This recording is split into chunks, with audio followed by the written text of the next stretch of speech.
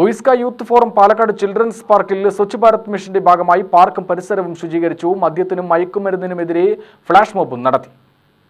ഗാന്ധി ജയന്തി ദിനത്തോടനുബന്ധിച്ച് നടന്ന പരിപാടി പാലക്കാട് നഗരസഭാ അധ്യക്ഷ പ്രമീള ശശിധരൻ ഉദ്ഘാടനം ചെയ്തു.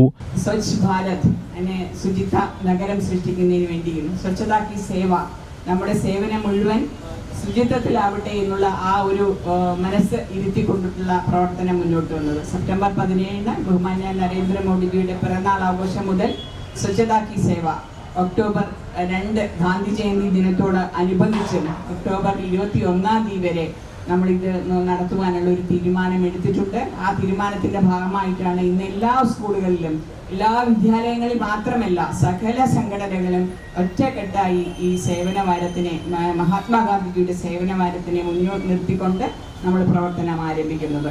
ഒയിസ്ക ചാപ്റ്റർ പ്രസിഡന്റായ സുരേന്ദ്രൻ അധ്യക്ഷത വഹിച്ചു. പാർക്ക് വികസന committee chairman KR Chandran, OISCA CFP director professor Suresh Babu, advocate Premnath, doctor Suresh, Savitri Valsan, Sunitha Gopinath, Sasikala Vasudevan എന്നിവർ സംസാരിച്ചു.